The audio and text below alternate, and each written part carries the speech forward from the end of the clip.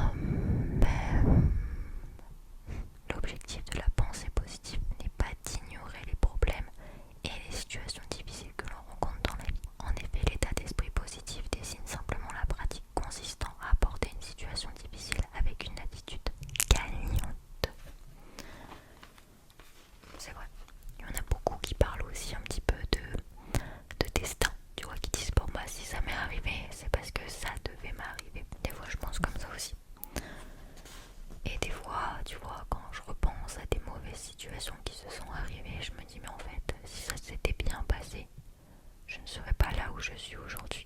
Et aujourd'hui, eh bien, pour certaines situations, ça va très bien. Et au final, tu vois, je serais peut-être pas là à faire de la ASMR, tu vois ce que je veux dire. Ainsi, au lieu de focaliser votre attention sur le pire scénario dans une situation donnée, vous vous concentrez sur le côté positif de cette dernière. L'origine de tout état d'esprit positif est généralement le discours intérieur. Il désigne le flot de pensées qui traverse constamment notre esprit. Ces pensées sont souvent issues de la logique et de la raison, mais elles peuvent être aussi provenir de nos peurs, de nos croyances et des habitudes que nous avons pu cultiver au cours de notre vie. Si votre flux de pensée est principalement négatif, alors vous risquez de développer une vision du monde et un état d'esprit pessimiste. C'est vrai, c'est vrai. Ce qu'il faut savoir, c'est que par exemple mon père est très pessimiste et dès qu'il nous arrive un peu des mésaventures, il est là en mode ah, pourquoi ça nous arrive qu'à nous, à notre famille. Et moi je suis là en mode mais non c'est super, on va partir à l'aventure. Tiens, on a des anecdotes à dire pour plus tard, tu vois. Ouais, on pense pas de la même manière. Mais du coup c'est aussi pour la recherche du bonheur.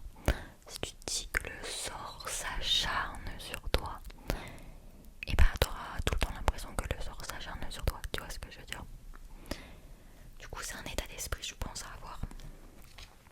Et pour la recherche du bonheur c'est pas forcément simple. Si la vie s'acharne sur toi, comment vas-tu être heureux? En revanche, si vos pensées automatiques sont généralement positives, il y a toutes les chances pour que vous perceviez le monde à travers un état d'esprit optimiste. Il n'est pas toujours facile de développer un état d'esprit positif, étant donné que les nombreuses situations désagréables dans lesquelles nous nous trouvons, souvent, c'est vrai.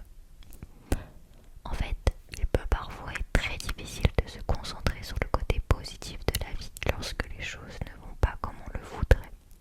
Cependant, il y a de nombreux bénéfices à pratiquer la pensée positive, ce qui montre que l'effort en vaut la peine. C'est vrai, quand on y pense, après tout dépend des situations dans lesquelles on est. Mais moi je me dis, j'ai un toit au-dessus de ma tête, je peux manger correctement. En fait, toi c'est déjà quelque chose de très positif dans la vie. Voilà.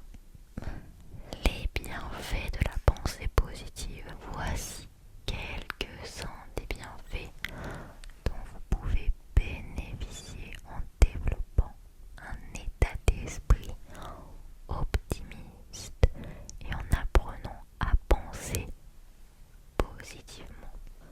Petit 1, la réduction du stress. Forcément, il a été prouvé que la pensée positive possède des propriétés étonnantes pour réduire le stress. Les personnes qui la pratiquent sont moins susceptibles de souffrir de stress et de dépression. Cela s'explique par le fait que les gens qui pratiquent la pensée positive ont tendance à concentrer leur énergie sur la résolution d'une situation désagréable plutôt que sur une attitude qui s'apitoierait sur le sort et se sentirait impuissant. Comme je l'expliquais avec mon père, quand on est dans une situation, il se dit ah pourquoi notre famille, pourquoi nous? Et c'est vrai que moi je suis là en mode non mais t'inquiète, on va se débrouiller, ça nous fera des anecdotes en plus. Mais je pense déjà effectivement à la solution, à comment on peut s'en sortir tout de suite. Et ça c'est plutôt bien. Ils sont donc en mesure de trouver plus rapidement et plus efficacement une solution à leur facteur de stress. Une augmentation de l'espérance de vie.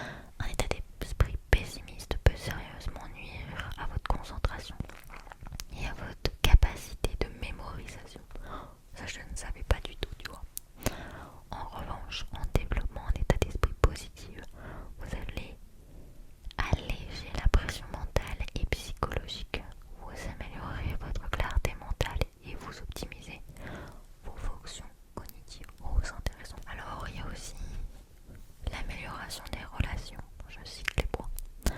Un succès accru. Ah oui, là oui c'est dit. Vous obtiendrez plus de 100 000 abonnés sur YouTube. Ah non, non, c'est des bêtises là. Une meilleure santé cardiovasculaire. Voilà, c'est un peu les points positifs. Faites des actes de générosité improvisée. C'est vrai, faites ça de temps en temps. Lorsque nous sommes trop absorbés par nos soucis et nos pensées négatives, nous en oublions que d'autres personnes sont confrontées à des défis très similaires aux nôtres. Pour cultiver un état d'esprit positif, il est essentiel pour nous de prendre le temps d'accomplir des actes de générosité envers les autres. Si vous êtes aux prises des pensées négatives et des inquiétudes, pensez à sortir de votre routine quotidienne et à faire quelque chose pour quelqu'un d'autre afin d'apporter du changement. Alors faites pas juste ça pour votre bonheur. Des fois c'est bien d'être généreux sans se dire ah comme ça je vais cultiver ma pensée positive. Tu vois ce que je veux dire? Cela peut tout simplement être de complimenter quelqu'un au hasard ou d'aider un ami dans une tâche qu'il est en train d'accomplir. Apprenez, alors ça c'est un peu compliqué pour moi, apprenez à accepter les critiques de manière positive. Tout dépend des critiques qu'on me fait, mais c'est vrai que des fois, je sais pas comment vous êtes, mais moi par exemple quand je fais quelque chose, je le fais à 2000%. Je suis la personne dans les exposés qui s'énervait quand une personne était en retard. Tu vois, parce que j'étais là en mode il faut bien faire le travail en avance, il faut s'entraîner, il faut. Voilà, je voulais tout bien faire tout le temps. Et bien, quand tu fais une tâche à 100%, tu vois que t'aimes faire des choses hyper bien, et qu'on te dit ah, peut-être que t'aurais dû faire comme ci, ah, pourquoi t'as pas fait comme ça, ah, pourtant c'est pas des fois des critiques, des fois c'est pas forcément des négatifs aussi. Mais dès que la critique est un peu négative, je me dis mais oh, je me suis donné à 2000% et encore c'est pas assez, ça ne va pas, etc. Sauf que bah, il faut apprendre à prendre les critiques en fait et à se dire oui, il a raison, j'aurais pu faire comme ça. Oui, j'aurais pu faire ça et j'aurais pu m'améliorer dans ce truc-là. Et en fait du coup, eh bien, ça te permet de t'améliorer en fait dans ce que tu fais. Mais c'est pas toujours simple de recevoir du coup ces critiques. Après voilà, c'est plus des personnellement dès que si là vous mettez en commentaire pour n'importe quoi des vidéos, bah tout, bah je vais prendre la critique de manière positive, tu vois, parce que c'est sur internet. J'ai un peu plus de facilité sur internet, alors que dans la vraie vie c'est un peu plus dur. Enfin bref, je sais pas comment vous êtes, dites-moi en commentaire. C'est bien, on devrait faire plus de vidéos où on parle quand même de, ouais, un peu de comment on est dans la vraie vie, de comment on gère nos émotions. Je pense que c'est important, surtout dans le sujet de l'ASMR. Vous venez sur mes vidéos parce que vous êtes des fois stressé, angoissé, des fois vous manquez de confiance en vous, etc. Et ça fait du bien en fait, l'ASMR pour tout ça. Je pense qu'on pourrait en parler de temps en temps entre nous. Je sais pas. Dites-moi. Les êtres humains en général ont une profonde aversion pour la critique. Cela s'explique par le fait que nous avons tendance à prendre les critiques très à cœur. Dès que quelqu'un formule une critique à notre égard, notre mental commence immédiatement à émettre des jugements négatifs à propos de notre personnalité et nous pousse à nous positionner sur la défensive. Oui, on a tendance à dire oui, mais si j'ai fait ça comme ça, c'est parce que si, c'est parce que ça. Et bref, il nous est donc très difficile d'accepter les critiques de manière élégante, même lorsqu'elles sont justifiées et bien intentionnées. Cependant, si nous voulons devenir quelqu'un qui a l'esprit optimiste, nous devons changer cet état d'esprit et devenir plus ouvert à la critique. Très souvent, lorsque quelqu'un nous critique, nous avons tendance à penser qu'il y a un défaut fondamental chez nous qui est exposé aux yeux